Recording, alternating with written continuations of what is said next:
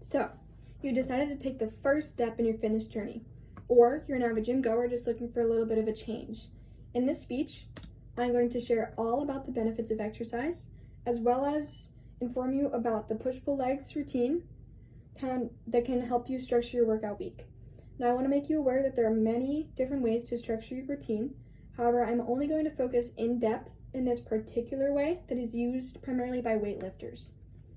So I'll begin again by sharing that exercise has many benefits in general. However, it can improve your mental health, productivity, and your overall physical well-being.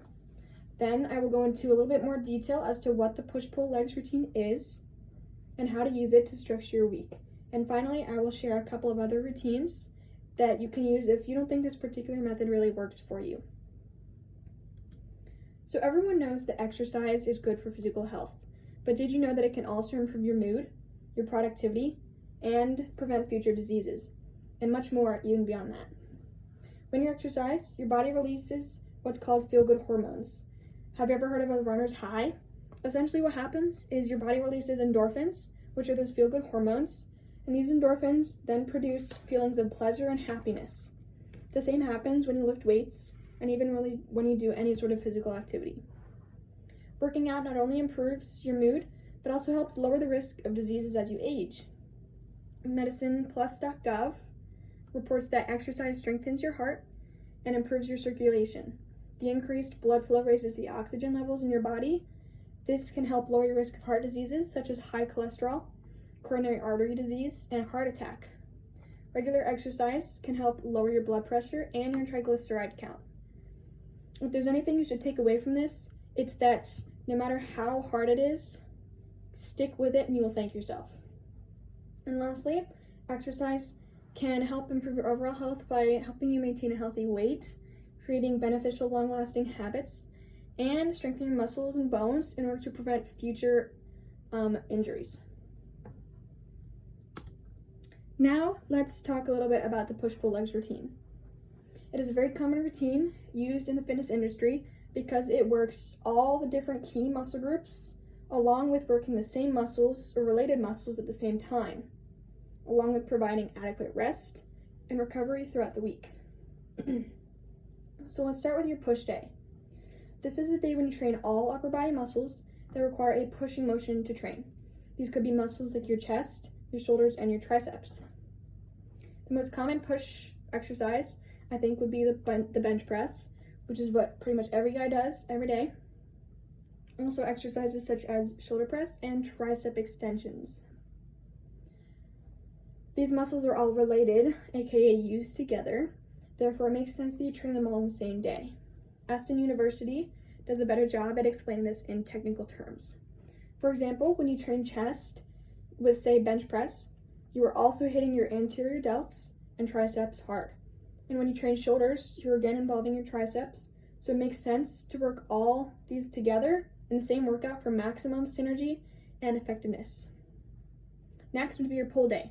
This is a day when you do exercises that require a pulling motion. These would be muscles such as your back and your biceps. So when you think of a bicep curl, you're thinking of pulling the weight towards your body. Similarly, when you are thinking of a row with either a barbell or a rowing machine, you think of pulling the bar towards your body. And lastly is everyone's favorite day, leg day. This is when you train all of your lower body muscles such as your quads, your calves, your hamstrings, and your glutes.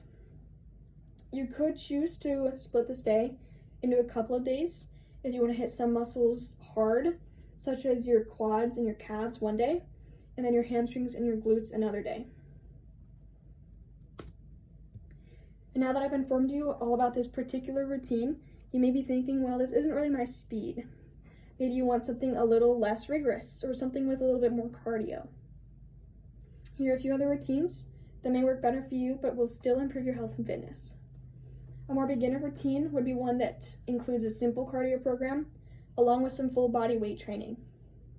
Both of these will strengthen your cardiovascular system, and a simple way to structure your week would be to have 2 to 3 days of cardio and then 2 days of strength training. These would include exercises that work all parts of your body.